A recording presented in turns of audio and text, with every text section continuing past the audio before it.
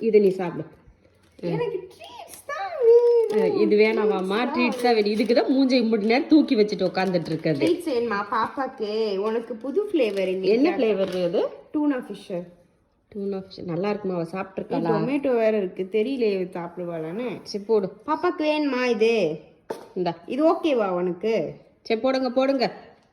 எம்புட்டு நேரம் சரியான இதாக பிடிவாத கறியாக தான் இருக்காளே. மூஞ்சி உம்முன்னு வச்சுக்கிட்டு இருந்தா நமக்கு எதுனா போட்டுருவாங்க அப்படின்னு சொல்லி தெரிஞ்சு வச்சிருக்கிறா. நல்லா போடுறதுக்குள்ள அவசரம். வெயிட் பண்ணு சஷா. இங்க பாரு, வெயிட் பண்றா சஷா. பொறுமைடா பாப்பா. பொறுமையா இருந்தா லைஃப்ல முன்னேறுவா. வெயிட் பண்ணு.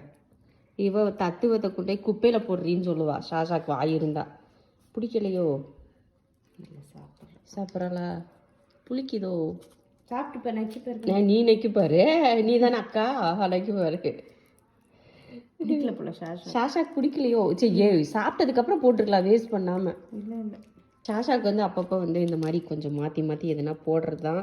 சிக்கன் கேட்குதுன்னு நினைக்கிறேன். மதியம் அப்படியே மூஞ்சி பாவமாக அப்பாவியாக வச்சுக்கிட்டு, நம்மளே ரைஸ் சாப்பிட்டு மூஞ்சி அப்பாவியாக வச்சுட்டு அம்மா ஏதாவது போடுவாளா அப்படின்னு பார்த்துக்கிட்டே இருக்கிறது.